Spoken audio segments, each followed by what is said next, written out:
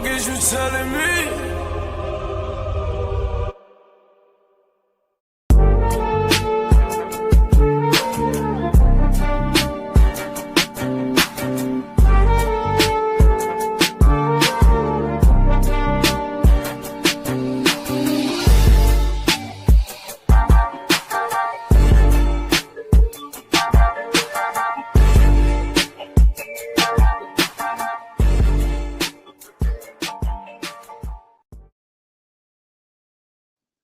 Yes, sir. Yes, sir. You were tuned in to episode 16.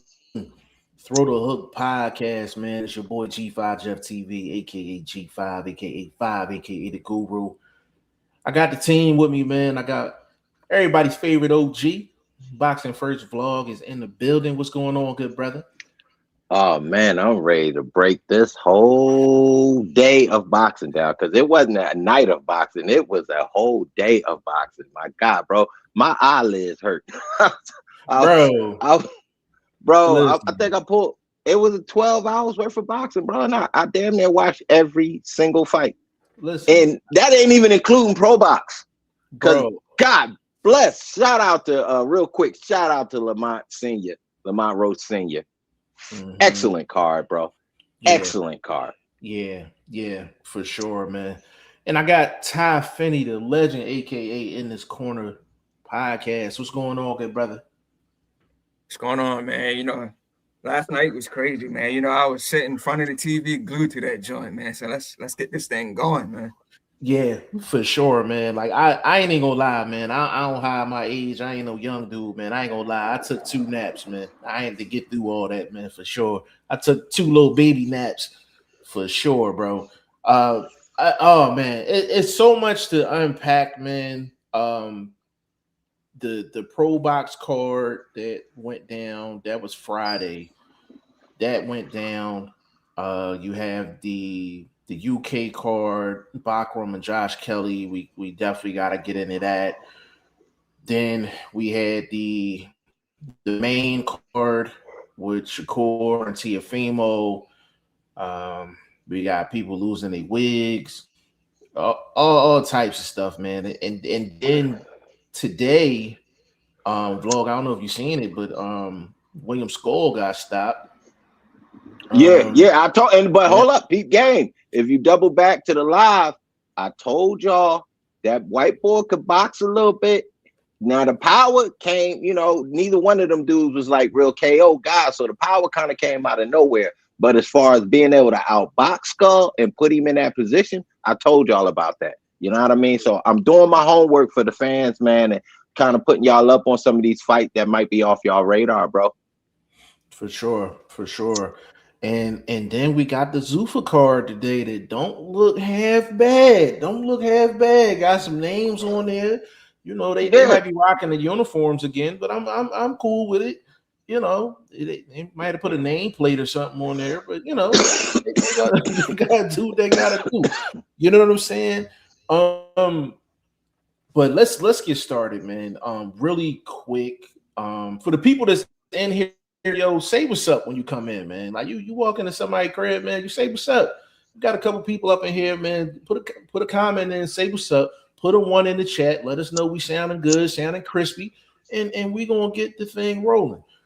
Let's start with Pro Box TV, man. Like I'm a big fan of Pro Box TV, man. Like I really, really am.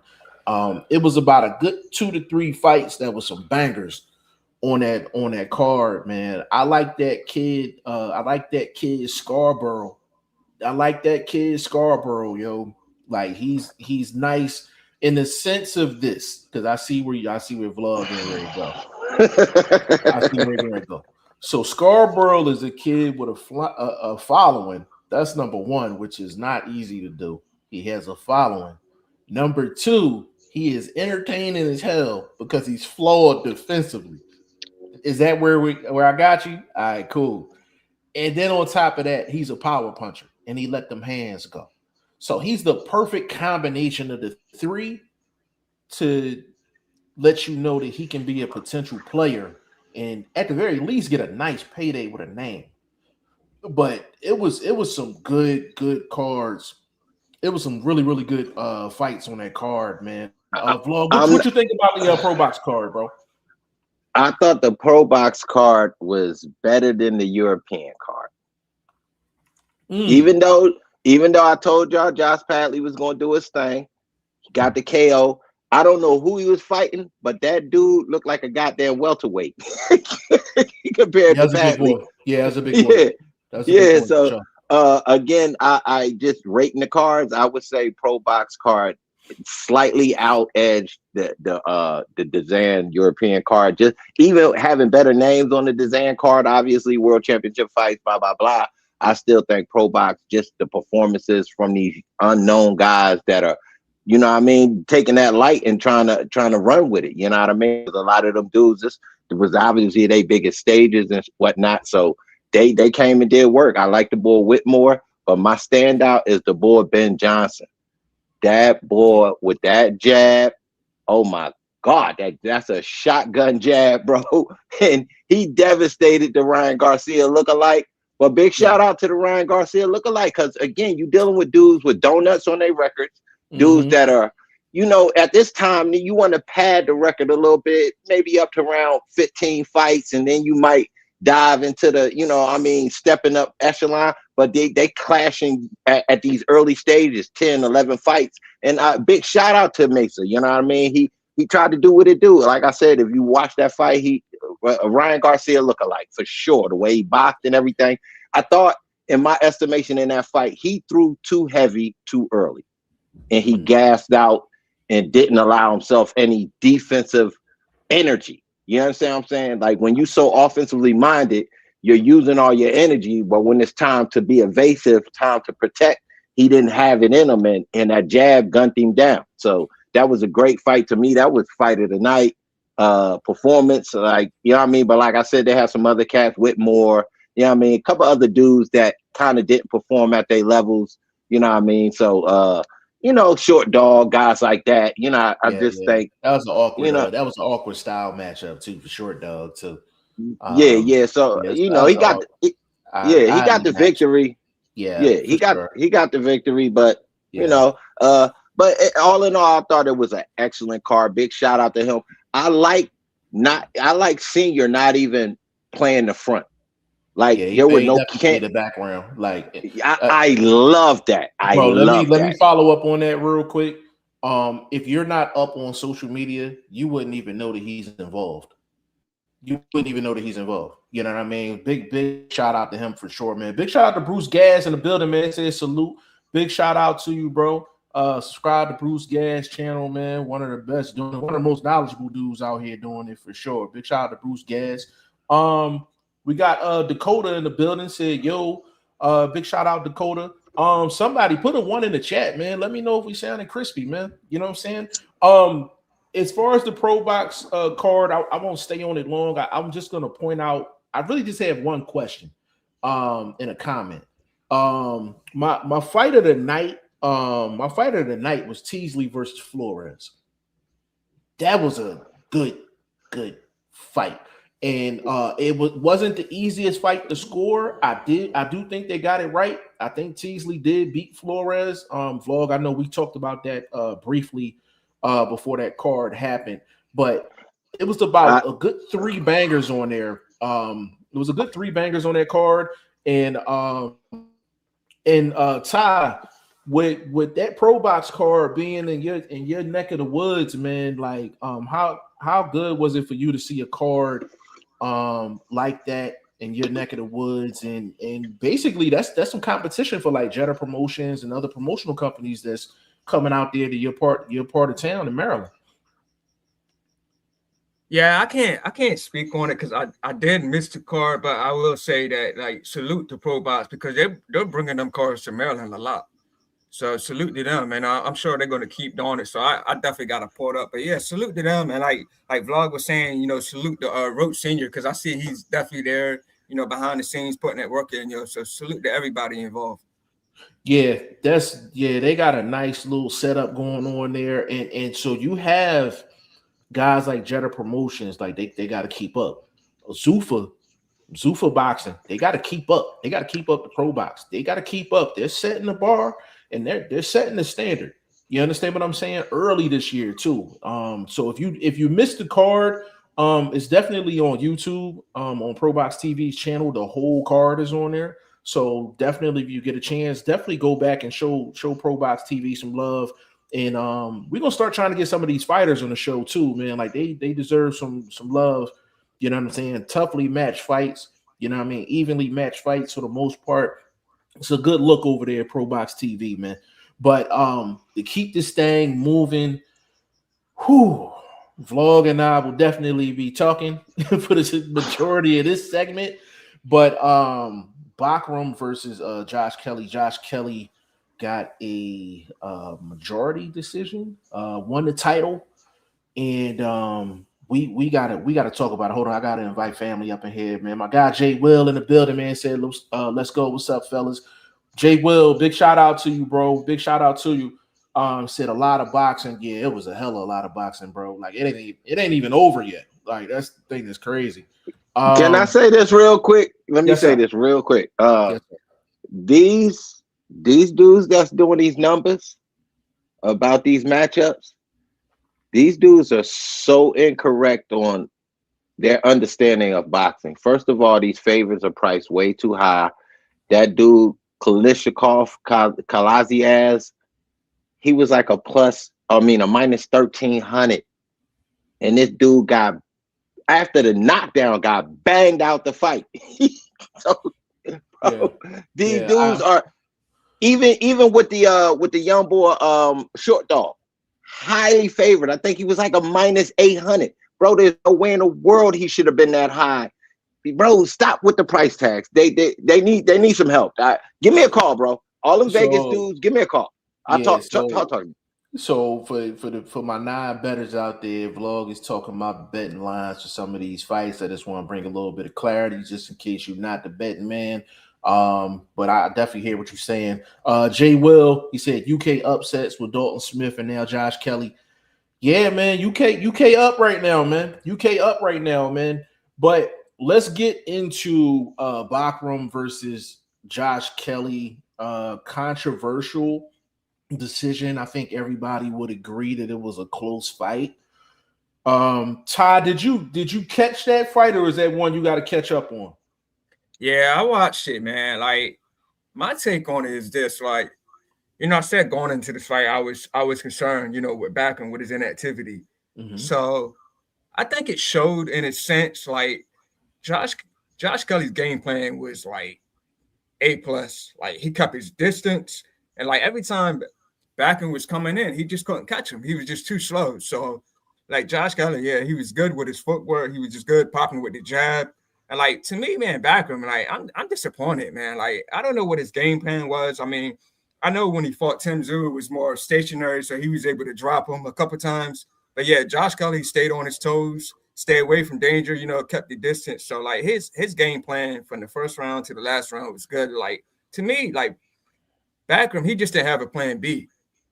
He didn't have a plan B, just coming forward, and he was too slow for the guy. So, I'm also thinking, man, he might need to move up. So I don't think anybody else saying, like, Boots, anybody washes Bachram. Like, I know they were saying, like, this guy could be the boogeyman, but, like, yeah, he didn't show me enough. That's just my opinion. He didn't show me enough. So you thought Kelly won the fight? Easily. Okay. Hey, hold on. Let me go next. I want to give you the floor last. So, Todd, that's a great point in the sense of when you said in the last show you had concerns about Bachram being a little rusty out the gates, the layoff. I personally don't like power punchers coming off of long layoffs, just traditionally speaking, not just Bachram, but traditionally speaking. The power punchers, it seemed like it takes them the longest to get into a groove coming off of a long layoff. So I did have that concern as well. What I will say is Kelly did move his feet well. I think Kelly did a lot of more moving than I would have liked. I felt like he could have accomplished the same thing with less movement. But you could tell Bachram was rusty in there. He didn't really get it going until I would say probably like he looked like he wasn't alive until about round 5, round 6. Like he just seemed like he was like stuck in the mud. And I think it was to the point to where he made Kelly look faster than what he actually is. I had to go back and watch it because I was like, I never seen Kelly that fleet of foot. And then I watched it again and I was like, no, this is the combination of Kelly being fleet of foot and Bakram just being slow on his feet, just making Kelly look faster than probably what he actually is. So that first half of the fight for Bakram, it wasn't good. Also, he's on the road. So you're fighting on the road, even though you're a champion. You have to put a product out there too, because you got to get them judges, eyeballs, in a fight when you're on the road. So I think just Bakram just took too long to start. Like I just think he took too long to start. And I had it a draw. I watched it twice. I had it a draw both times. I don't have a problem if people have it for Bakram by 7-5. I don't have a problem with people having it for Kelly 7-5. It's really a matter of what you like. But as far as Bakram is concerned, I'm disappointed in his performance because he started entirely too late. And I hope he has a rematch clause. I hope he has a rematch clause. I think if he doesn't, I think that's like business and management negligence. Like I think that's like negligence. You know what I'm saying? Because that's pretty much standard for a reigning and defending champion, even if they're fighting on the road. Vlog, cook up, bro. First of all, breaking that fight down, bro, the roles were reversed. The way one fighter fought, that's the way you retain your title. The way the other fighter fought is the way you go get a title. Whether you think his route was successful or not, you cannot give the reverse roles in the way the fight played out to the fighter that was fighting a defensive fight, an avoidance fight.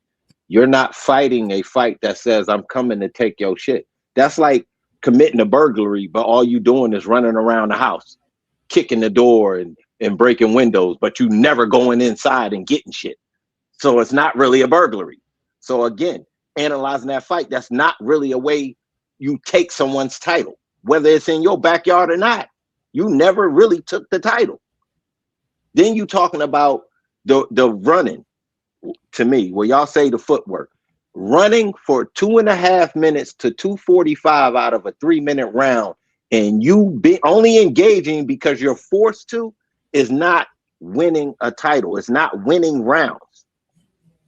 The aggression has to still take edge when you're judging the round. The person that's creating the action, whether it's successful or not, it still has to take edge.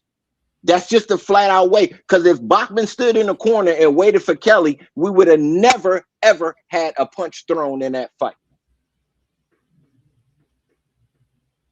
Yeah, I will add this, Vlog. I do think that Bachman, like in that 9th round, I believe Kelly went down, and I think the ref ruled it slipped. But to me, that looked like a flush knockdown. It looked like he got a shot to the body and he went down. But that wasn't. No, they marked it a knockdown. I think that should have been 2 knockdowns for him. But I guess the ref ruled it a slip or whatever. So, but I didn't get that. I think he went down twice in that 9th round. I know what you're talking about. Yeah, I know what you're talking about. That's a legit point, and I haven't heard many people. Brought that up. Let me get in the comments real quick. I don't want to lose these guys. Jay Will said, "Vlog ready to cook." You seen his face? Vlog was like this. Yo, Jay Will said Tim Zoo is flat-footed, come forward and uses his head to block punches. Kelly lateral movement and hand speed different makes him much tougher. For a guy like Bakram, absolutely. Teach, he said Shakur is king. Enjoy, fellas. Teach, what's going on, baby? Appreciate you stopping through, man. Adam Hurley in the building, man. Big shout out to you. Said Gerald Miller only won because he got that bald guy's favor on the cards. That's funny. We gonna get into that though. We gonna get into that. Jay Will laughing. A vlog. I want to respond to what you said, and I'm not gonna bring up like the private conversation that we had because I think I have a better understanding of what you're saying. So where I do agree with you is whether it's the champion or the challenger, the person that is trying to initiate the action, there is a certain level of credit that has to be given to that person. I agree with that 100%. Like I said, whether it's the champion or the challenger, the person that's trying to make the fight, the person that's coming forward, the person that's trying to engage looks better than the person that's moving around and looks like they're trying to avoid action. So I want to make that very, very clear because I know Vlog and I talk like every day. So I don't want to give the impression that I'm against that particular statement. So a lot of people feel like that. The aggressor should get some type of credit. All right. So with that being said, there's only one person that's probably going to be on the front foot in a fight like that, and it's Bakram. So this is where the line gets drawn. It's like, where do you draw the line between a person that is using lateral movement, but they are, matter of fact, you know what, Vlog, I think this is a better question. Give me, in your opinion, what was the difference between Josh Kelly and the work that he did in terms of his footwork to punch output and like a Andy Cruz against Morataya when it comes down to his footwork and his punch output? Like, give me the difference in that, in your opinion. Andy Cruz actually sat down at points either because he was forced to or because he wanted to engage and be first. He actually bought the fight to Morataya way more than Kelly bought to Bachman. Yeah. So even if you look at the punch stats, he had rounds where he only had single digit punch outputs, single digit punch landed. That is not how you take someone's title. You're talking about Bachman didn't land, but at least he was engaging and he was attempting to defend his title with action. And Vlog, let me add on to what you said, bro. Actually, some of the rounds that I gave the Bakram was simply for that reason. Same here. I don't Same think, here. Because I don't think Bakram did any great work at all in this fight. Until late. No doubt. Let me ask you this. Do you think Kelly was fighting like that because Bachman was a power puncher and he wasn't willing to trade with him? Like, if he stayed in the pocket, he could have got caught with something big. So, in my opinion, he was just doing that to avoid trouble, to avoid getting clipped with something big. So he had to fight smart. No, that's I agree with that. His game plan was intelligent. That's the best way to attack a fighter like Bachman. But at the same time, the key word is attack. Attack. Yeah. Never did you ever say, yo, here's the line. I'm not letting you cross this line. When?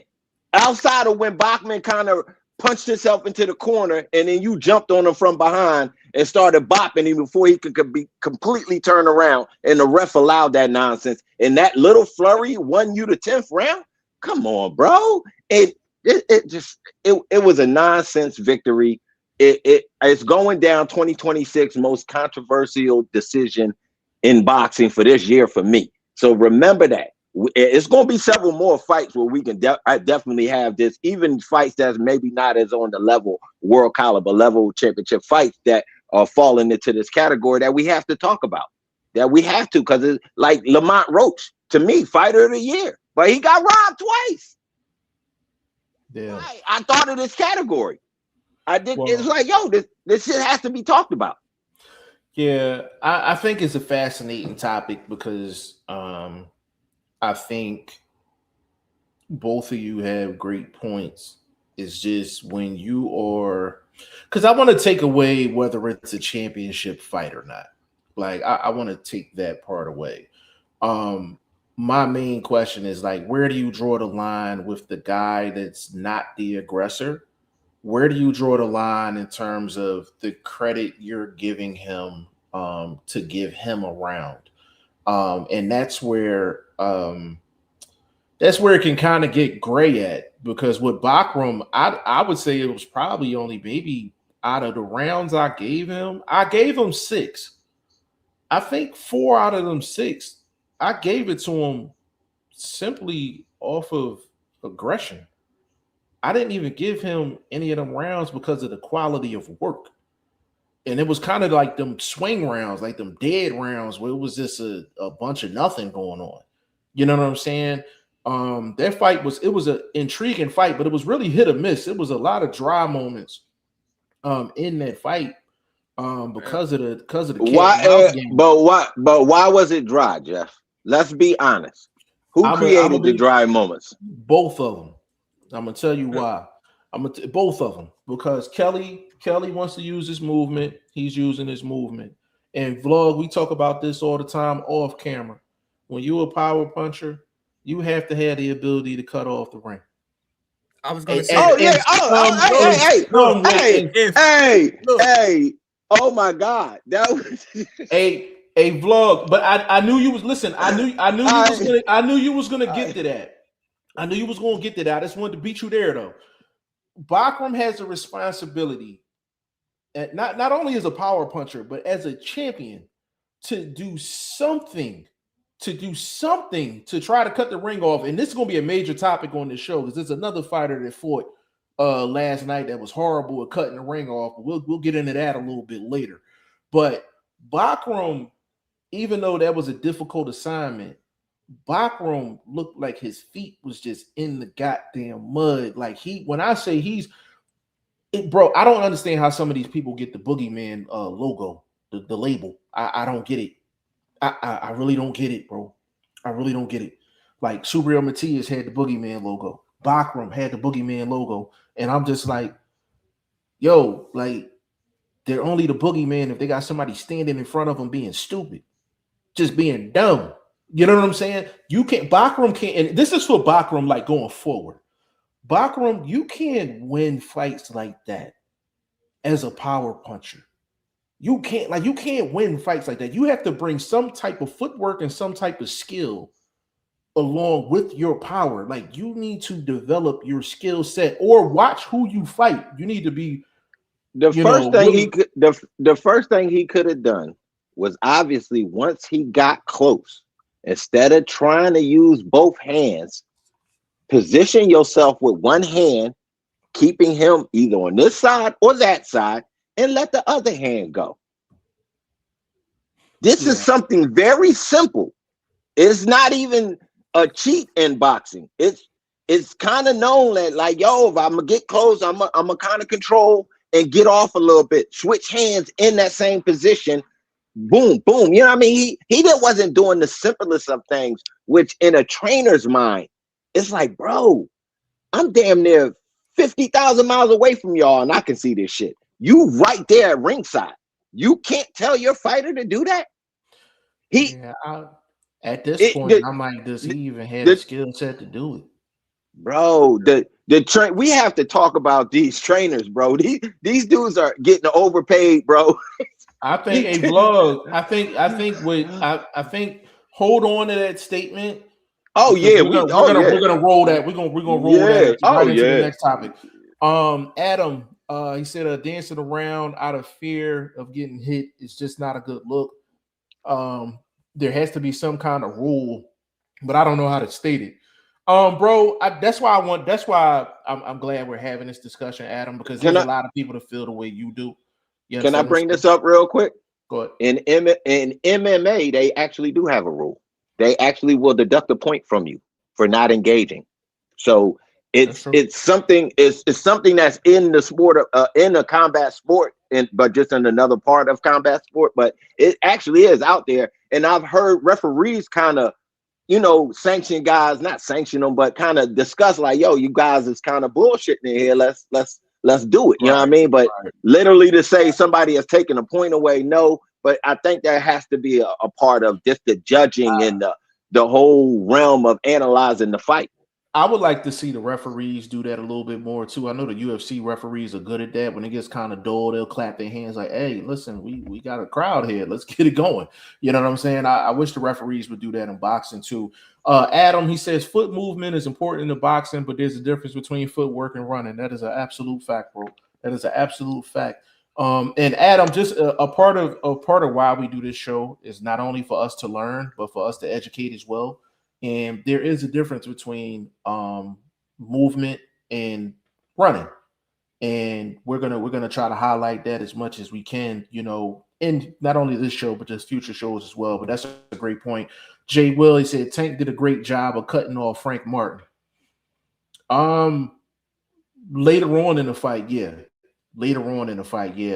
Tank first couple rounds when he got into a groove.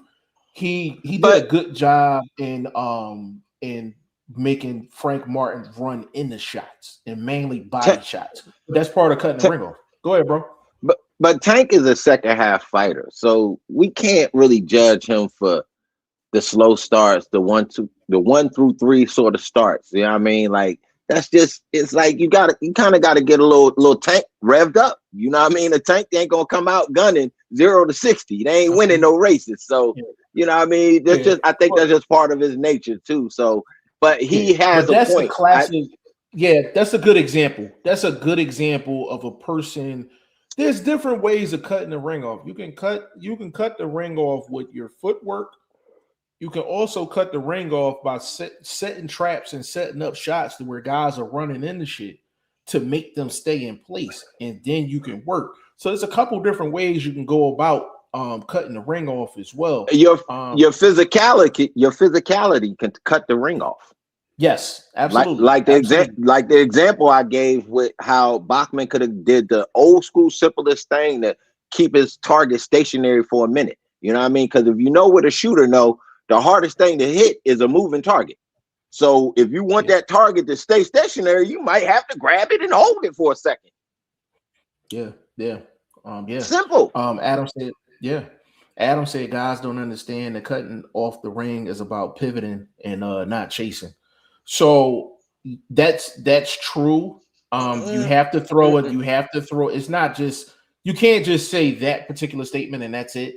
So there's other elements to it. So yes, it's about pivoting, but it has to be pivoting along with the punch that you throw along with the pivot to make it work. But I think that's a perfect segue into what I want to get into. The Shakur Stevenson versus Teofimo Lopez card. This was for me. This was entertaining in a lot of different ways. I want to segue that into the Ammo Williams fight. That he was supposed to fight Carlos Adames.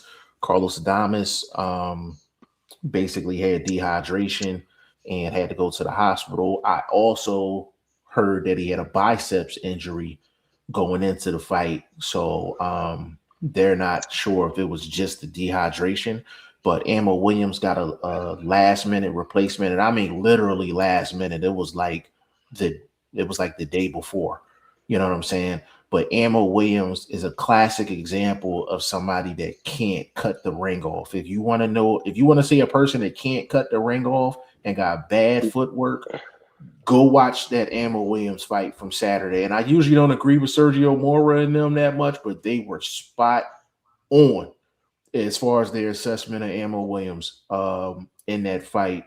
Ty, did you see the Ammo Williams fight? Nah, that's one of the ones I didn't see. Oh, bro, when you get a chance, go watch that Ammo Williams fight, and you'll see how bad his footwork is. Vlog, I know you seen the fight. Do you want to kind of speak on just your thoughts on that fight and just him not being able to cut the ring off? First of all, we gonna give him a bit of an adjustment because it's a fighter that technically you didn't train for. So I'm gonna give you that, and that very, very understandable. But if you look back across his history, it's just not something that he's very good at.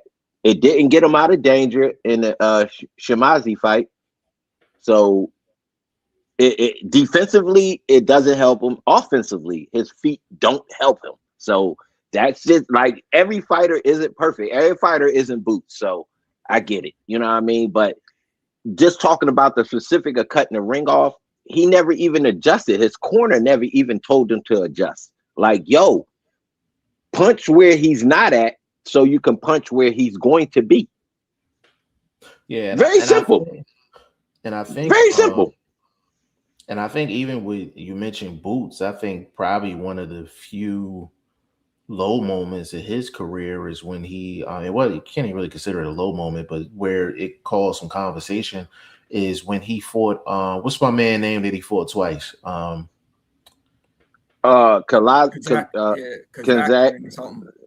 What's his first name? He got a female first name? Karen. Yeah. When he fought Karen, right? When he fought Karen in the first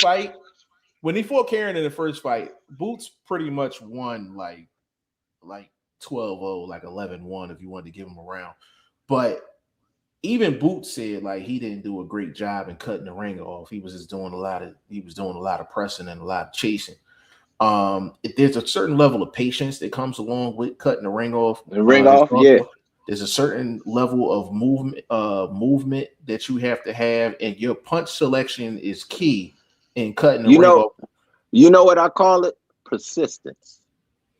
You have to be persistent. You have to be persistent and then smart within your persistence as well.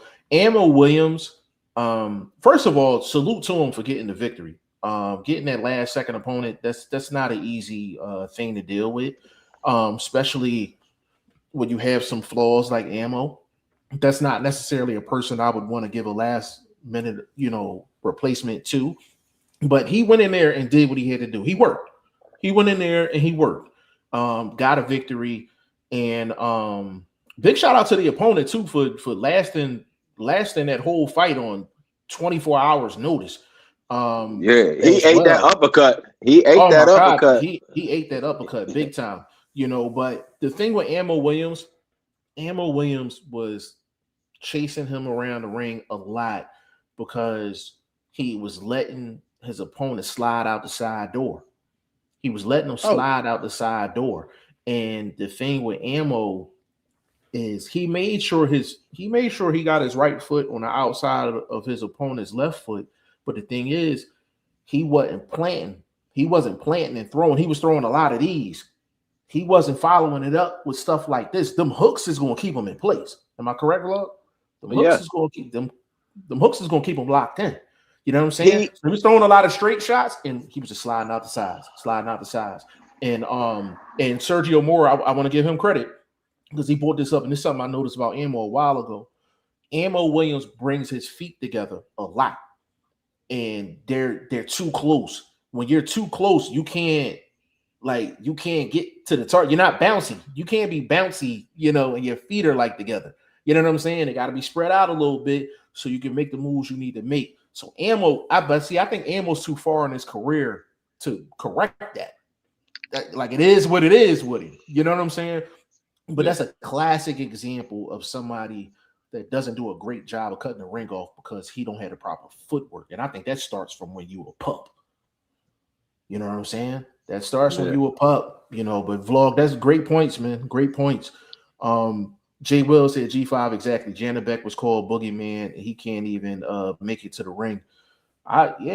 These guys, it's crazy because you got guys like Janabek and Bakram and these guys, they get labeled the Boogeyman, but you got guys like Boots, they'll say he avoiding people. It's it's crazy. Let me see. Speaking of Boots, Boots and them talking about something might be in the twerkings. Could be about a week or so. They saying They saying they got the boy a new spine. You know what I mean? Got the surgical replacement, got him a real spine. So maybe he might go on and step in there. Hopefully, him and Virgil will get it together. But after this weekend's fights, man, we'll get into that maybe a little later on. But he got some other options too, as well. But PR Strength, man, what's going on, bro? Big shout out to you.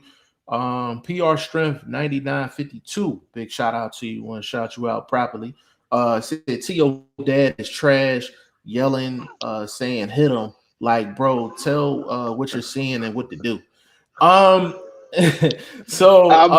Didn't I bring up these trash ass trainers earlier? I just want to directly address this comment, and this goes back to the father-son trainer-fighter relationship, and all of them are not built equal. I think with fighting a guy like Shakur Stevenson, I don't think there was anything that could be said, but there were some dumbass comments that came out of Senior's mouth. No, hold up, bro. Bro, he hit him with the Rocky. He said, "I want to see the eye of the tiger." No, he went deep. He went deep with that. I was dying. Right. I was like, "That's how you start the fight, bro." Yeah, but we're gonna get into that shortly, Shakur and Teofimo. Let me see. Demetrius Jones 6'9". What's going on, bro? He said that fight last night was so boring. I felt like Shakur was still fighting on Wednesday night, just like his bum ass fighting skills. You sound like Shannon Sharp and Ocho Cinco. Man, they put a whole joint out saying Shakur boring. Go ahead. Hey, then he ain't gonna like my pound for pound list. He said that. He ain't gonna like my list. Hey, Ty, did you think the Shakur and Teofimo fight? Did you think it was boring? And also, do you think the people that say that it was boring, you think they have a point? To me, it wasn't boring. You know, people always label Shakur as a runner, born fighter. But look what he did, man. This guy was just straight busy with the jab. I mean, if you're a born fighter, you don't make somebody's face look like that. Mm-hmm. Theo had knots, baddest cut I've seen on him. And like Shakur made it easy. It wasn't born. You just watching a skilled fighter, a skilled defensive fighter. That's what it was. It wasn't born. It was just skills and great defense. Todd, that's a great point. Great point. Listen. It wasn't even that he wasn't getting hit. It was just the only work that was open for him was the body, because that's what he gave him. If he wanted to give him the head, I think he would have been able to deal with the head shots to get his body work off to maybe get a knockout. And he was rolling with the body shots. A lot of them he was parrying off, catching them on the elbow. But that was literally the only thing that was open consistently for Teofimo. And the reason I didn't think it was boring at all, because Shakur was standing right there. I'd rather you say that Teofimo put out some trash ass offense. Say Teofimo put out some trash ass offense versus Shakur being penalized for him being damn near perfect in that fight.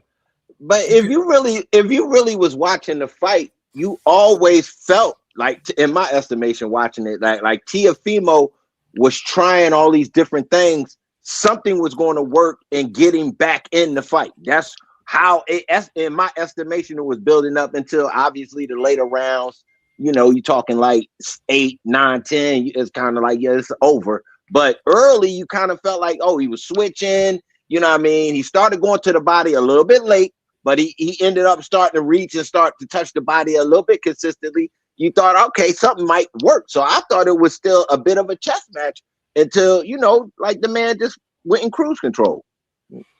Yeah. I mean, but the thing is like Teo tried a couple of different things. None of it worked. So you can count it as Shakur being great and Teofimo just not finding the answers. But I'd rather put it on Teo, than to say Shakur is boring.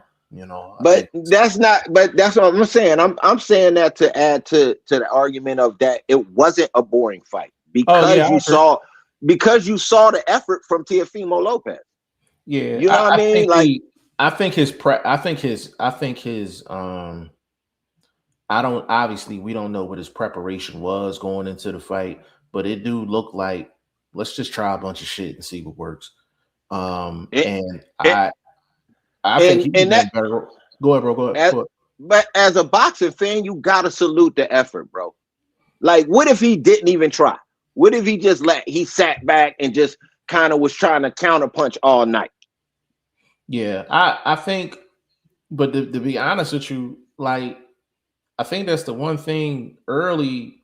I was debating on whether Teo should even like try to fight off the back foot and make Shakur the aggressor, but I felt like Teo had to win some early rounds in order to do that, and he just wasn't able to do it, man. Like Shakur just put on a masterpiece, man.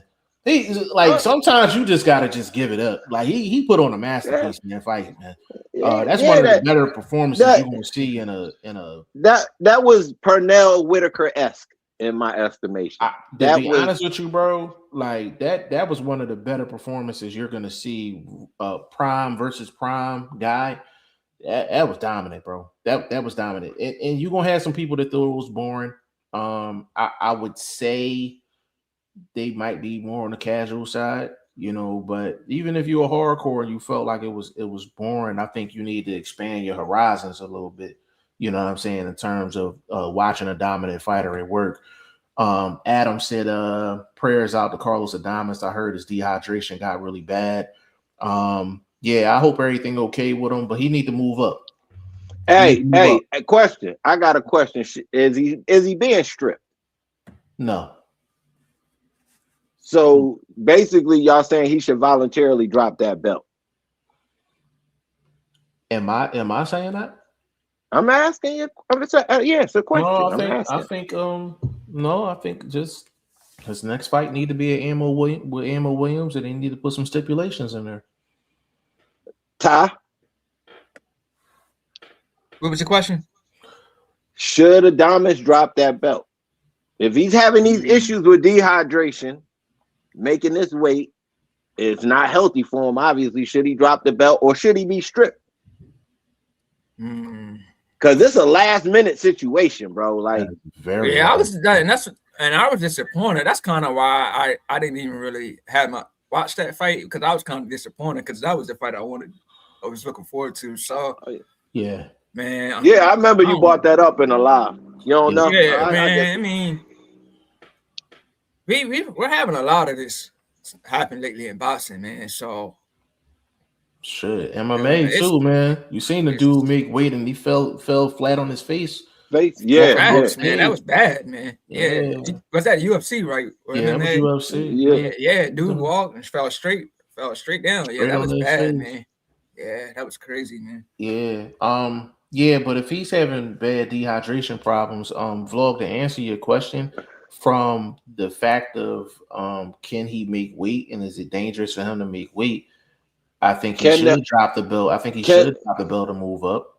Is there something in with the organization that they could strip him based on that? No, because he went through the proper protocols, because he did make, from what I was told, he did make weight. He was just so bad off after he made the weight that they had to take him to the hospital. So he did make weight. So that's why I'm saying not to strip him. But I think personally, him and his team need to sit down and have a conversation, and they might have to make a trip up to 168. And he was injured as well. Jay Will, Adames should stop trying to cut that much weight and go to 68. I agree. I agree 100%. If you believe in your skills, just go up to 168, bro. And Adames is not a young guy. You know what I'm saying? Like, he's not a young guy. So he needs to go up in weight, for sure. Adam said he should, Jay Will. Shout out to G5 and the crew, man. Big shout out to Laser Sharp Gaming, man. for sure. Let me see. John Parham, 1452. What's going on, bro? Big shout out to you. Says salute to you, bro. Said Bruce. He talking about Bruce Gas. John Parham said definitely not born pure art. Yeah, it's and the That's what I thing was gonna about it. say, man. I was Mhm. gonna say that, man. Whoever the guy was that was saying that he was born, he need to look at the Zepeda fight as well. Zepeda is not no Yeah, just a regular. He's a volume puncher, and Shakur still took it to him. You know what I'm yeah, saying? So yeah, and that was whoever's an saying he's exciting fight. born is yeah, he's not born, man. You're just looking at art, you're looking at skill, athleticism, all that. Yeah, you gotta, and like I said, you have to broaden your horizons as a boxing fan because there's different fights that can If lay out and they can be interesting. so, if that fight was boring, how would he rate Kelly Bachman? Good question. I hope he's still in here. Good question. Great question. Um, said my friend, what's going on with you? Said Shakur made the man apologize for slavery. LOL, crazy work. Yeah, that was some nasty work. That was a nasty work. Yeah, but I mean, he put on a hell of a performance, man. Like, you know what I'm saying? T.O. got humble. He got humble in front of the world. You know what I'm saying? John said, if you think it was boring, you don't know boxing. Yeah, hey, John, and that's the thing, man. Like, we want to, like, some channels, like, they'll bash people to think like that. We kind of just want to educate them and bring them along and let them know, like, greatness when they actually watching it. He just ain't understand what he was watching. That was greatness that he was watching. You know what I'm saying? My friend said Shakur neutralized him. Yeah, I pretty much after round two, I think after You round know, two, Shakur went to the corner. He went to the corner smiling. Like, he went to the you corner know smiling, what? bro. You know why he neutralized him? Because he didn't do what was expected of him. That was playing off the ropes, a lot of movement. That in its own, when you're not coming with a game plan that your opponent thinks you're going to do, and you do something totally different, that stalls them out. They like, shit. And What do I do? let me add this on too. Shakur hasn't really done that really since the De Los Santos fight. He been pretty much standing his ground since. So I don't even know why he would think that. You know what I mean? Because everybody kept talking about how Cepeda had him on the ropes, but if you look at that fight, he had the better punch percentage I think it was slightly over 50 in that. So you talking about Cepeda landing a bunch of stuff off the shoulders, off the elbows. It didn't count. And can I add on to that, bro? If you look at that fight against Cepeda, Shakur was walking himself to the ropes. He wasn't getting put on the ropes or in the corner. Shakur was Exactly. walking himself to the ropes into the corner to try to set some counter opportunities up that makes Cepeda open up offensively so he can get his stuff off. All he was doing when he wanted to not be on the ropes, all he did was just pivot out and put Cepeda on the ropes. That's all he did. And You know what I'm and saying? did it several times. Because Yes, what he was absolutely. doing was he was allowing Cepeda's movement to fall into a lot of them shots. Absolutely. Absolutely. Um, Timmy, what's going on, man? Timmy T88, man. What's going on?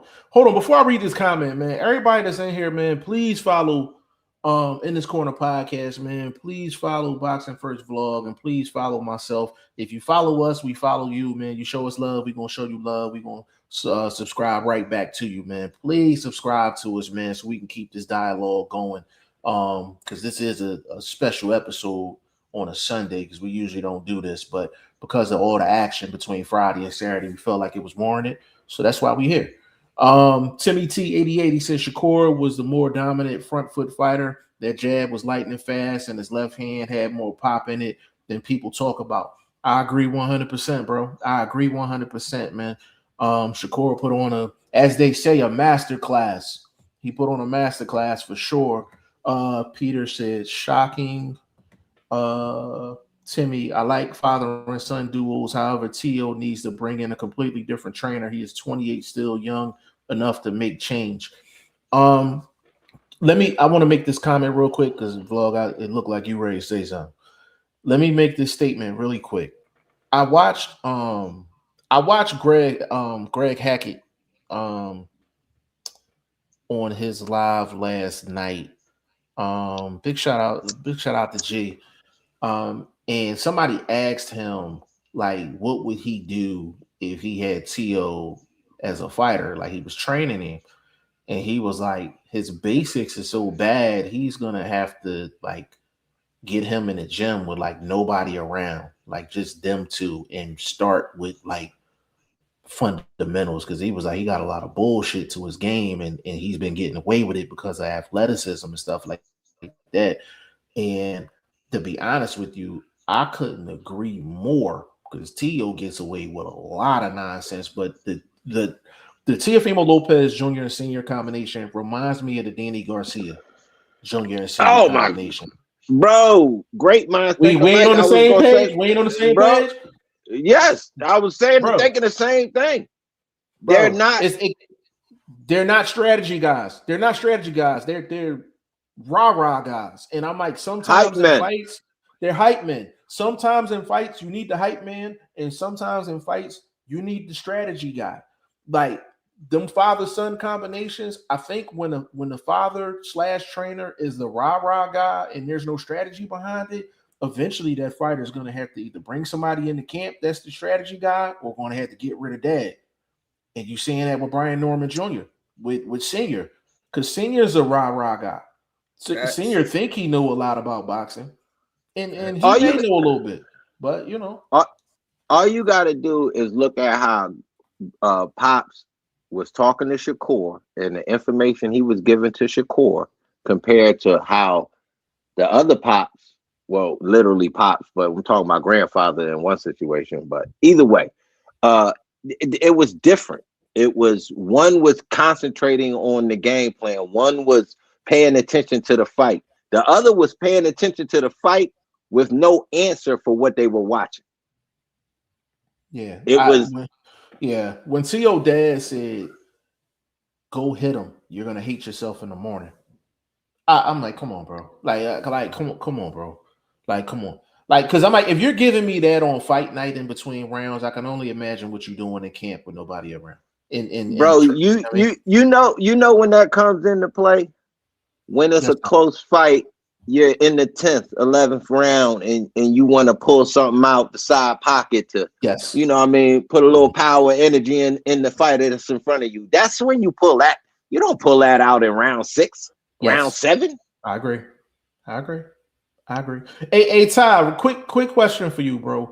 Do you think T.O. needs to look at possibly getting a different trainer? Hell yeah. Hell yeah. Like you said, the rah-rah guys, man, like the guys doing a lot of clowning, showboating and all that. That's like when it's time to get down to business, man. You like you said, you need somebody that's going to be in your ear telling you what to do. Like when you got them guys all in the press conferences and clowning and all that, like take Floyd and Uncle Roger or Floyd and Floyd Sr. You don't see them, they're there to do business. You know what I mean? They're in the corner giving you instruction. You don't see all that clowning and no good instruction. That's why Floyd was so successful because of the team.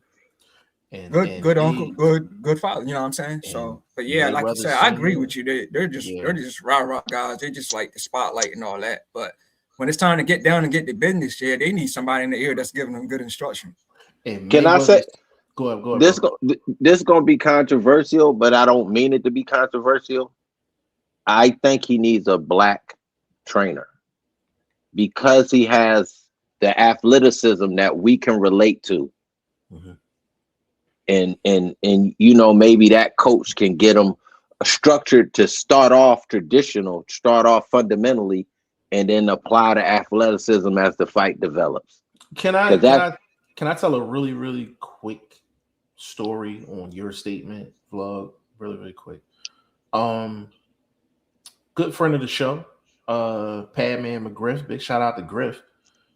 For the people that don't know, Padman McGriff worked exclusively with Teofimo Lopez as an amateur, as a kid, when he was like 15, 16 years old. And I'm pretty sure he wouldn't have a problem me putting this out there. But basically, he was working with Teofimo. Said they was making some really really good progress, and Teofimo's dad decided to go in a different direction and take on Teofimo Lopez exclusively. So when I know for a fact when Teofimo was young, he he did have a different set of eyes that was working with him as a kid on the come up. And I think dad just kind of just took over at a young age, which kind of attributes to what you're kind of seeing with Teofimo Lopez. I think I think some of that too is like lack of discipline as well. Just being around your dad all the time and not having that solid team like you're talking about, Vlog. And I know what you're saying as far as like the black trainer. Like, because if you put Teofimo Lopez with like a Virgil Hunter, he's a completely different fighter. He's a completely different fighter. You know who I was thinking about? Buddy McGirt. Buddy McGirt would do a great job with Teofimo. Great job with Teofimo. That's a great point. But I know what you're saying. Like, it's like you don't want it to be controversial, but it just it just so happens that there are some black coaches that would really mold a Teofimo Lopez and his physical talents inside of the ring. Because it seemed like Teofimo fights without thinking, if that makes sense. Like he's a reactionary fighter. Yes, he thinks with his athleticism, but he doesn't think. You know what I'm saying? That's why I said you getting, like, I agree with Greg Hackett to a certain extent that sometimes you just start with the fundamentals. You kind of pull them to the side. Let's just get back to the basics, working on the jab consistent. You know what I mean? Like good 2-3 hours, just straight jab work. You know what I mean? Like getting that muscle memory back into place or re-energizing muscle memory. You know what I'm saying? So it can happen for him. No doubt he's still a big player in the game as far as having the name recognition. Obviously, got a resume that's comparable to a lot of the top tier guys in the sport right now. So I'd tell him take a break, like he said, having a new kid and things like that, working on things with wifey and all of that he bought out. So take a little break, readjust the camp to a certain extent. Don't slight your dad. You know what I mean? I'm not asking you to do a Brian Norman Jr. situation because I'm sure you're very loyal to your pops, but kind of ask pops to just be more of an advisor to a certain extent. You know what I mean? Be more support wise. You know what I mean? I need to pick up a couple tools from somebody else, and it's not a bad thing. So I think that could be worked out in that camp, especially with him saying pops was having a little bit of some health things going on, is why he wasn't at one of the pressers or whatever. So it can be. I think it could be worked out. Yeah, that's a great point. I think both of you guys brought up some really, really great points as far as that. Just to bring up another person before we move on, that had issue with their father, and I think it really stunted their growth in their career. A primary one is Chris Eubank Jr. and Sr. I think that's one of the more egregious ones. Because I know Senior used to sit in the corner with Junior in between rounds and used to just be like this. Like he wasn't even saying nothing to him. Like, and I think Eubank Jr. didn't start getting his real education until he actually got with Roy. Like Roy, that was the first time I seen him fight with some type of intelligence when he got with Roy. You know what I'm saying? Like the Conor Ben fights, he was weight trained in both joints. Like he was lucky to win the first one. You know what I'm saying? Like he risked his body for 2 paydays. You know what I'm saying? But that father-son trainer fighter situation, it can play either way. It can play either way. Adam said, Shakur jab was hurting T.O. I agree that Shakur got more power than people think. Hey Adam, I just want to say this really quick. You don't have to be the biggest power puncher in the world, but you could tell somebody got popped when the opponent's not trying to run down on them. You know what I'm saying? You don't ever really see anybody really try to run down on Shakur. It was kind of like Floyd. Like when Floyd started having the hand problems and stuff like that, like Floyd didn't have the greatest power, but you seen he had enough pop in his punches to where guys just wasn't running up on him, just disrespecting him. You know what I mean? Like he had respectable pop, to keep guys at bay. And with a guy with that skill set, with Shakur, that's all you really need. Really. Bruce Gas says salute, John. Jay Will, Shakur for me put himself in that top 5 pound for pound with Usyk, Inoue, Bam, Bivol. Go ahead, bro. You said no. Well, are you dropping a video on that? You see it right there. You see it right there. You have him. Oh, you have him one. None of these dudes. Yes, none of these, and that's including over Boots. Why? Because Boots hasn't pulled off the performance against the quality of competition. Not as of yet. The Stanionis fight, great win. Unification. Again, quite not. Stanionis not the level of a Teofimo Lopez. But at that time, he had one of the best jabs in the game. But it just wasn't used because he wasn't fighting. Blame it on PBC or whatever. But I'm just saying, even right now, none of them dudes, Usyk hadn't had that type of performance where it was just a pitch shutout.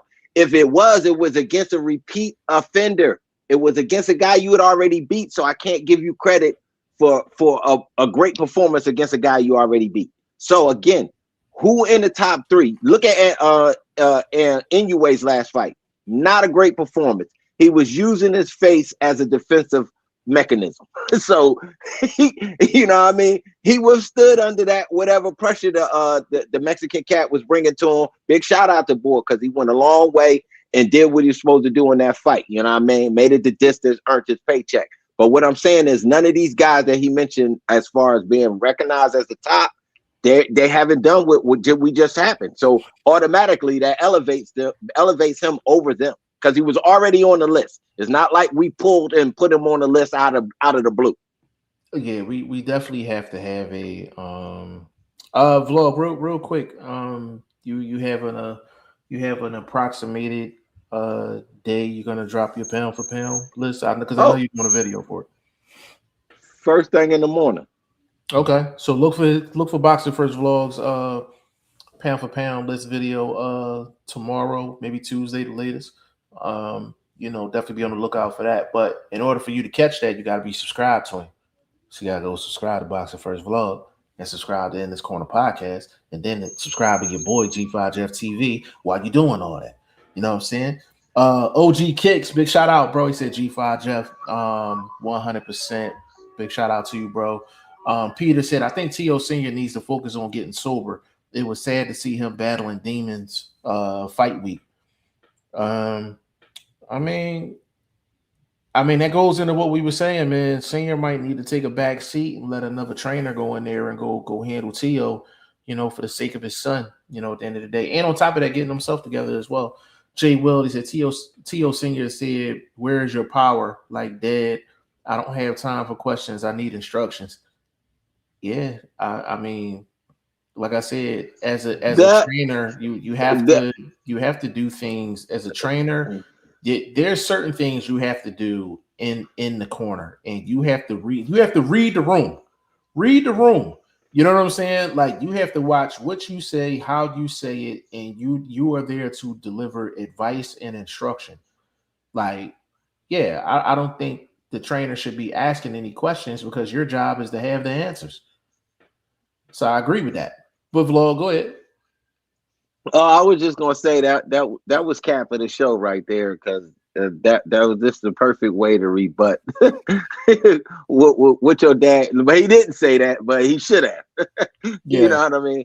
Yeah. No, I agree. Peter said, I think Freddie Roach would be a perfect trainer for Tio. Peter, let me ask you this. What do you think Freddie Roach would do with Tio? Because that's an interesting choice. Because I wasn't thinking Freddie, but I kind of want you to respond to that. Like, why would you say Freddie Roach? Because your answer to that is gonna that'll feed into my response. I have a response for that. I kind of want to get more data from you first. Yeah, let me say this. I get where you're coming from because Teofimo has similar speed and qualities of a Manny Pacquiao, and we think Freddie did great with the time he had with Manny Pacquiao. So I can kind of see where he's coming from with that name. I kind of like see, that's my thing. Like if we're talking about overall development of a fighter, I don't think Freddie Roach would be the right choice. If we're talking about getting T.O., maybe he's fighting somebody specific where he needs to be extraordinary offensively, then I would get Freddie Roach. That's why I was asking, like, Peter, can you give me more context as to why you said Freddie Roach? And if you was thinking the same thing that Vlog just said, I'm cool with that. Absolutely cool with that.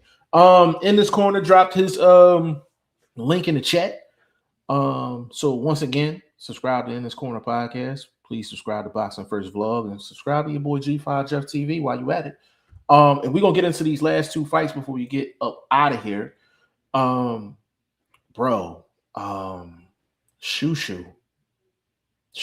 put up a hell of a performance, man. Shushu got the late stoppage over Carlos Castro. Big shout out to Carlos Castro for being game in that fight too. He actually he had Shushu buzzed, I think, in was that the third round, fourth? Yeah. He had him it shot behind the ear too. Shot behind the ear, and Shushu bent down on that shot too. I know a lot of people saying he got hit behind the head, but if you duck down and the shot hits the back of your head, that is on you. It's on you. So just to make that clear, but Shushu showed some grit, he showed some smarts, he showed the ability to adjust, and that five piece with the biscuit he laid on Castro to get him up out of there. Oh my goodness, late power too, Big shout out to Shushu, man. But we said he was a problem before this fight happened, but Castro was going to be a good test, man. But Shushu that deal, I actually thought it was going to come from the body work. You know what I mean? I thought he was going to really kind of slow him down and get to him with the body work. But, I mean, you can't sleep. Both of them had devastating right hands in that fight. Both of their right hands was vicious. They was putting everything in the kitchen sink with it. You know what I mean? Everything in the kitchen. So, no doubt about they was both getting off. I thought that was fight of the weekend, really. You know what I mean? Based on the competition level, you know what I mean? Based on earned positions, it wasn't no given, you know what I mean? Like, so I thought Castro definitely was in a position that he, you know, deserved another opportunity at a title, you know what I mean? Kind of probably got robbed against the boy, Cool Boy, you know what I mean? So, you know, it was a great fight, man. I thought it was fight of over as far as action and outcome. Yeah, it was a great fight, bro.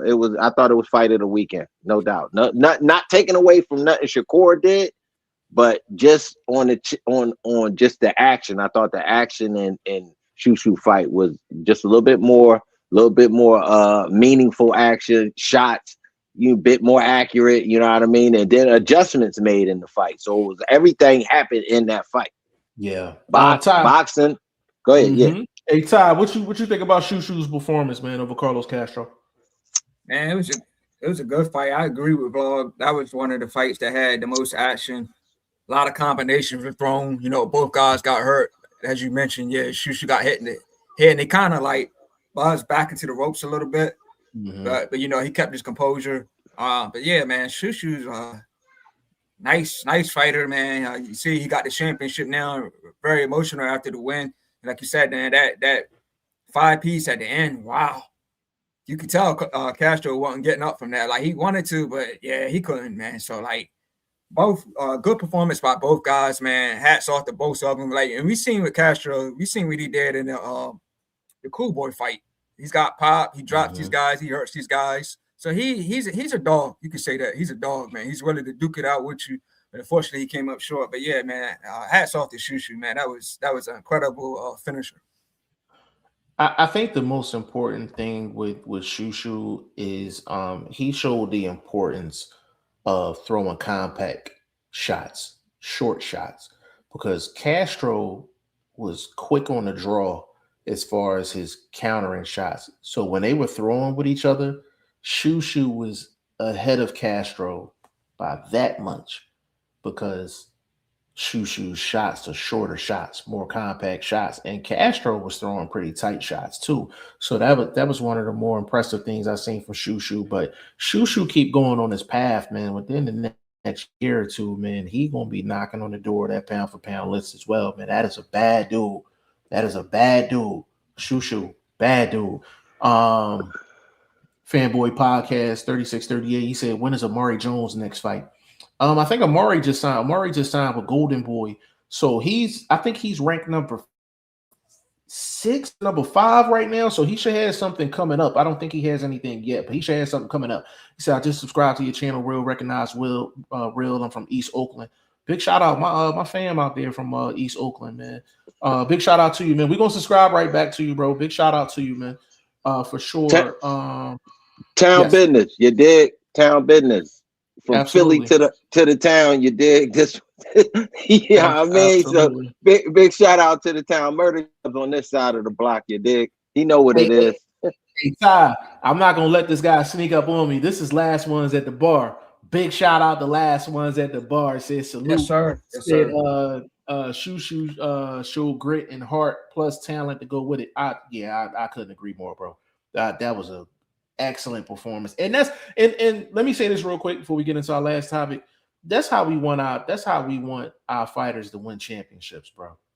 Go up in there against a quality opponent, man. Somebody that's not going to lay down, and they actually go through a process to go win that belt inside the ring, man. We love to see that. That's how that is either win or lose the title. That is actually how you're supposed to go try to take somebody's belt. Absolutely. Not what Josh Kelly did. Not giving somebody the belt based on, I don't know, bro. That shit, I thought he was out there competing with Shakari Richardson. Like, yo, that's funny. Hey, real quick. For the people that's listening, would y'all be interested in doing a private stream to where we watch the Josh Kelly and Bakram fight and score it? I'm gonna repeat that. Would y'all be interested in doing a private stream, private podcast, private show, invite only, and we watch the Bakram versus Josh Kelly fight together, and we score the card together? We score it, and we all have our scorecards. Put a 1 in the chat if you're interested in that. I'm kind of curious to see where y'all at with that.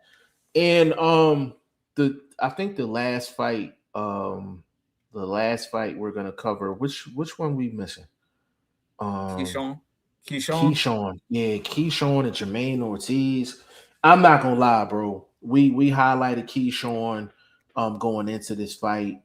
Big shout out to T. You know, he felt like Keyshawn was under the most pressure to actually get a dub in this fight. I'm not gonna lie, man.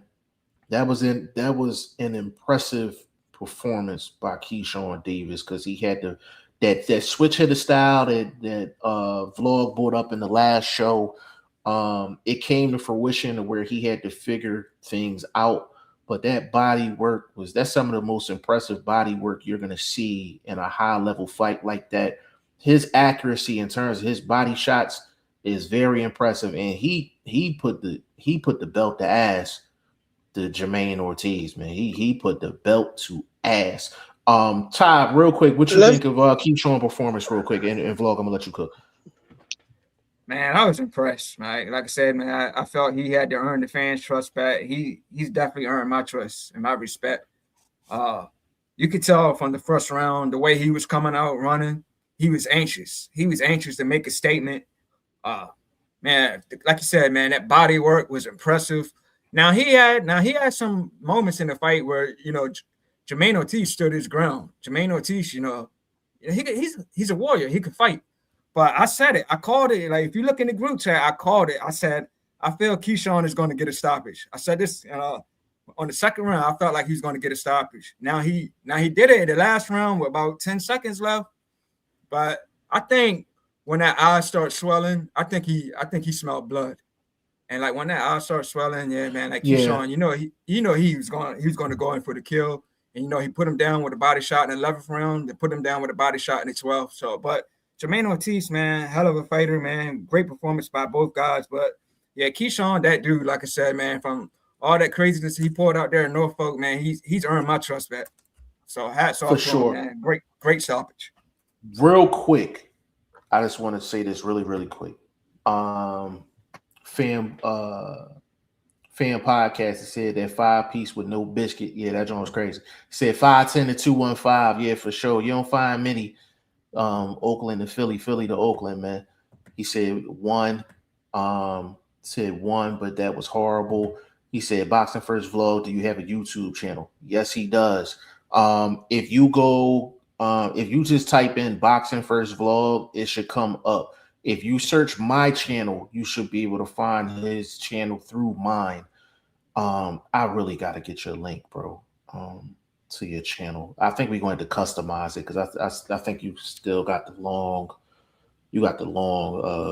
extension on your channel. I think we got to customize it and make it just Boxing First Vlog, make it easy for everybody. So like youtube.com/Boxing First Vlog, just to make it simple for everybody. But yes, he does have a channel. Once you find it, definitely subscribe to him. Him and I have done plenty of work on my channel, so you should be able to find him through there as well. But vlog, Keyshawn, what you thought? Yo, You on volume, me, bro? baby. My bad. This motherfucker cost me a bag, man. Not a big bag, but a little coin, man, because I had it going the distance, bro. I ain't gonna lie. You know what I mean? I had it going the distance. I had it going the distance, bro. And that was the only one. Yeah, because I had Shakur winning going the distance. I put a little parlay together. I had Shakur winning going the distance. I had Big Baby on the money line. I had Xander Zayas on the money line. So it was like it ended up being like a plus 863. So I put like a quarter piece on it. You know what I mean? Nothing too serious. So there's a little coin and shit I lost on that one. But that was my only loss on that parlay. And then my other parlay, my only loss was the Bachram decision. So I mean, 2 fights caused me on some decent little parlays that I put together. You know what I mean? But it is what it is. I still enjoyed the day. But as far as this fight is concerned, it was excellent. See, this is what I'm talking about the boxer. If you box the way Ortiz boxed, I'm understanding, but at the same time, he was still aggressive. He was throwing the lead left hand, which caused Keyshawn a bit of difficulty with trying to time it and see what distance it was coming at, how fast it was coming, and it landed. So that's aggressive, effective boxing. What Kelly did was not effective boxing. It was survival boxing. There's a big difference. Yeah, I wish Shane was able to jump on the show, man. I talked to him for like 5 minutes about the Josh Kelly fight, but I think he was actually at the fight, so he really didn't score it. But I really want to get his opinion on that, man. Said fan podcast. I just subscribed to your channel, Real Recognize Real. That's a fact, bro. That's a fact. Appreciate you. Town business, you dig? For sure, man. Big shout out to you.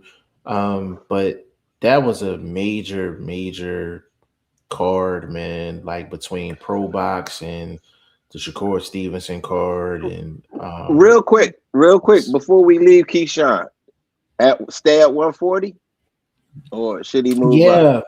I think he should stay at 140. I know he called out Devin Haney, but I think he should stay at 140 for one reason. For a guy to move up in weight and to show that late power to get that late of a stoppage, that's impressive. Because a lot of guys don't carry their power into them championship rounds. And for him to do that, because I thought he was going to get him up out of there in round 10. Because Ortiz looked like he ain't want no more. He looked like he ain't want no more trouble during round 10. But for him to be able to break Jermaine Ortiz down like that, I think that 140, I think he should stay exactly at that weight. He fought well and he looked energized. Like he looked good. in that fight, man. Like for sure. I think he should stay at 140, bro. What you thinking? I think it's bigger opportunities at 147. It's bigger money fights. At 140, it's a bit congested. You're gonna get a lot of guys not liking numbers on contracts and things like that. It obviously some of his folks that he obviously run with is in 140. So I think 147 is the move in all actuality, because I'm sure he's thinking now he's got a bit of an independence. He's kind of got his own little circle going on. It's probably time to kind of make moves and make waves. And I think 147 is the move. He obviously looks like he's built for it. He has a similar build to what we know from Terrence Crawford. Fight similarly to Crawford a bit, you know what I mean? So 147 is the move to me. I ain't gonna fraud you. Well, our Oakland/Philly family feel the same way, man. Fan podcast, he said Keyshawn should move up to 147. Yeah, I think the thing that's crazy, I think Keyshawn would beat Rolly right now. I think he would beat, I don't know if he beats. I don't know if he beats him. I don't know if he beats him. Listen. I anticipate this fight possibly 2027. Ryan Garcia and Keyshawn Davis. I think Keyshawn beats the dog shit out of Ryan Garcia. I do too. I think he beats the brakes off. I think that's an easy division for him, aside from Devin. I think that's 147 is easy. So if he does go to 147, that's easy work. Yeah, I agree. I actually agree. But in my estimation, to build up to make Devin Haney a bigger fight, you got to kind of come into it, had already made some waves in the division. So if you could get a big fight to make that a even bigger fight, you know what I mean? I think it's possibly going after the winner of Garcia and Davis. I mean, Barrios and Garcia. Yeah, I actually agree with that, but we're gonna cap this thing off, man. Hour 27 minutes strong. And let me say this real quick though. There's a bunch of stuff that we didn't get into. Oh yeah, a lot of upsets. It was a lot of upsets. We didn't get into Xander Zayas. We didn't get into William Skoll getting upset. We still got the we still have the card for the night. Card. Zuffa card. To be honest with you, I'm not 100% sure, but I think this might warrant a card. This might warrant a show for tomorrow. There's so much activity going on that we're going on days that we're not even scheduled to go on. Like we're usually Tuesdays and Thursdays, but there's so much action going on that we can't cover all of this stuff in 1 hour and a half show. And we're doing it a little different this time because when we was doing the Goodfellas podcast, we would just stay on this motherfucker for 3 hours and shit and just cover everything. But we're being more cost efficient with the work now. You know what I'm saying? Hold on, let me get this real quick. Our Oakland family fan podcast, he said Devin Haney is my guy, but I rock with Keyshawn. But if Devin and Keyshawn fight, I got Devin Haney to win. I think Haney wins that fight as we're speaking right now. But if there's somebody that's going to beat Haney, it would be somebody with Keyshawn's skill set. I think Keyshawn can pretty much do it all. The only thing I haven't seen Keyshawn do is really be bouncy with his footwork. But he gets away with what he does as long as he gets away with it. But a guy like Haney, I think he need to be a little more bouncier with the footwork because he's going to do some things to cut Dev off, put himself in better positions to land offensively. Dev is like a cheat code right now, man, with that movement and that jab and his knowledge inside. Like Devin fights smart. People think like, oh, the Ryan Garcia fight happened. I'm like, yo, like, yeah, like he was on the space juice. He was on the space juice. And for the people that's listening, Vlog did give me permission to use the word space juice. So he was on the space juice. You know what I'm saying? But Devin Haney, he never fails you in terms of his knowledge inside the ring. He always fights smart, always does the correct thing inside the ring. But I think that would be a great fight. Maybe like a year from now. I think that would be a huge fight. pay-per-view type fight. For sure, man. Jay will say respect the grind. Yeah, man, we trying to do the best we can, man. We trying to do the best we can, man. But we gonna close this thing out, man. Hour and a half strong. So what I want you guys to do is also please follow us on Instagram as well. What I would like to do is start like a private chat with everybody to be in the comment section and everything, so we can kind of set some things up, get to you guys, just give you the latest and the greatest, even if we're not on the podcast.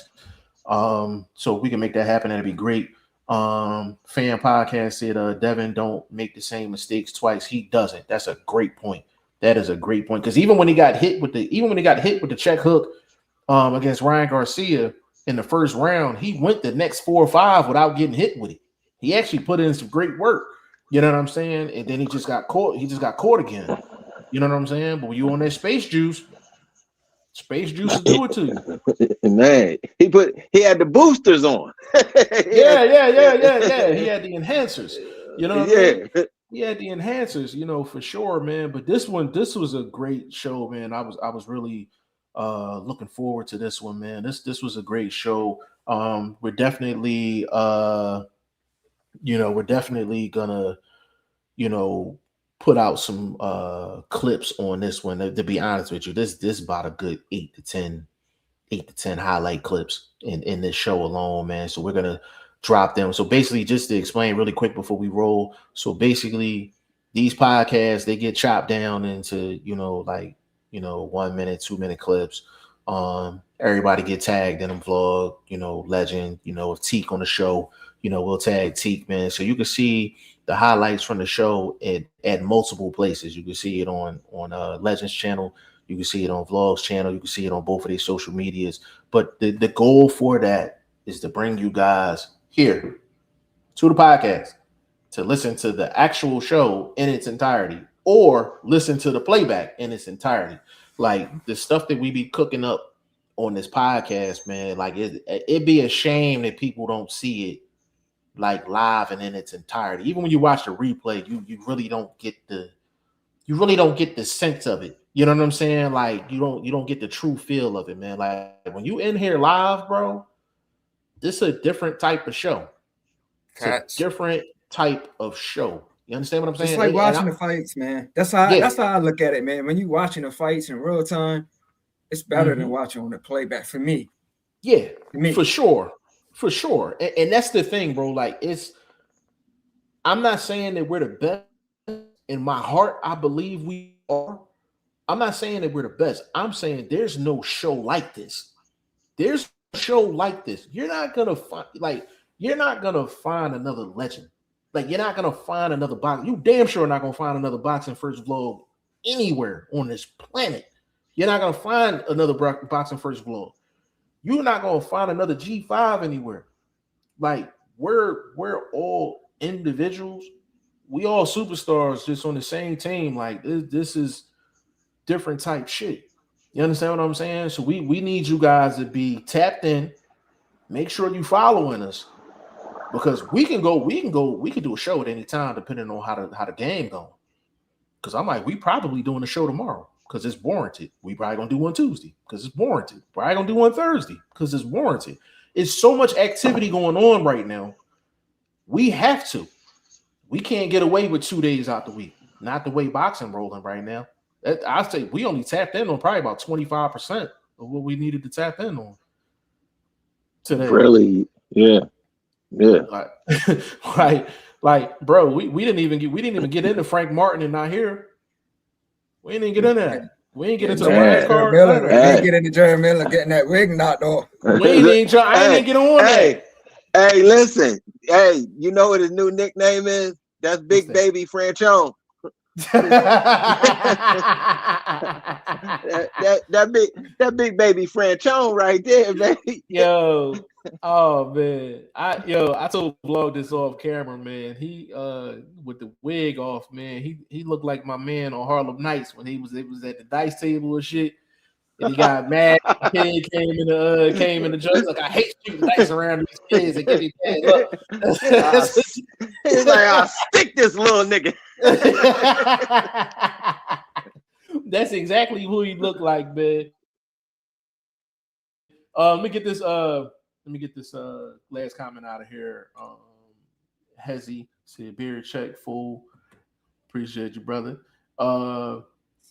Timothy said last night after the fight, the first time in Shakur Stevenson career, that thousands of Puerto Ricans in the comment sections are claiming Shakur Stevenson is a Puerto Rican. Hey man, if that builds his fan base, man, it's so big, man. If he want to be a part-time Rican, you know what I'm saying? I'm cool with it. You know what I'm saying?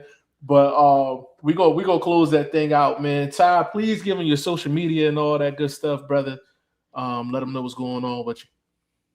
Yeah, man. Facebook, Ty Finney, podcast in this corner, IG, The Legend 34/7.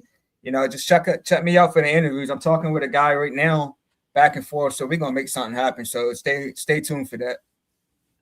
Yes, sir. Yes, sir. Boxing First vlog, man. Give your social media. Let them know what's cracking with you.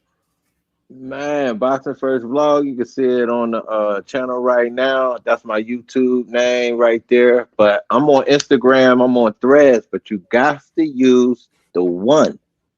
Look me up on IG, bro, because I'm posting. I bring you the numbers for the sport. Try to help make the sport a little bit more fun for us as we watch it. Maybe and make a little coin. You know what I mean? You never know. I had some great calls this weekend. Couple upsets I talked about. You know what I mean? And I talked about my personal bets and things I didn't hit, but you know, I was right there. I was 10 seconds away. You know what I mean? And I had to, right. You know, I had the bad call in the championship fight. You know what I mean? So, you know, it is what it is, but I enjoyed myself and I ain't lose my mortgage money. So I ain't mad at nothing. Hey, got to keep a roof over our head, man. You did. That's a fact, but yeah, bro. Yeah. But like I said, yeah. But yeah, let me. I'm gonna land right now. But yeah, check me out. Like on IG, it's boxing #1 STVOLG. VLG. My bad. I'm tripping. Yes, sir. Yes, sir. Yeah, but check me out, though. Man. I'm just bringing the numbers, bringing some news and reaction and all of that, bro. And my page is gonna be live. I'll be back in the morning with the top 10, the official, the real. The the most serious top 10, not this hyperbole. You know what I mean? Yeah, big shout out to Boxing First Vlog, man. Y'all can find me all over the place, man. G5 Jeff TV, TikTok, Instagram, YouTube, Facebook, X, Threads. Another announcement too. We're gonna start. The show is gonna be streaming on X starting next week. So we're gonna be on X as well. So that'll be Legends channel, my channel, Vlogs channel, Facebook, Instagram, and X. So we're gonna be in 6 and Kit. We're gonna be in 7 different places. So we definitely expanded. Oh, also, I don't even think I told you all this. We actually the podcast just got officially registered on the YouTube Music. So you can definitely check us out on YouTube Music as well. You know what I'm saying? If you want to check out the podcast in its entirety, all the episodes is going to be on there, man. So we definitely making some big moves. So yeah, we gonna do a show tomorrow. Like fuck it. Like, yeah, we're gonna do a show tomorrow. Yeah. We need to. We're gonna do a show tomorrow. You know what I'm saying? So if you're not subscribed to the channel, please subscribe to the channel. So on behalf of Ty Fendi, the legend, Boxing First Vlog, and your boy G5 Jeff TV, man, this was a special episode of Throw the Hook Podcast, episode 16. We'll see y'all tomorrow. Peace. Peace. Peace.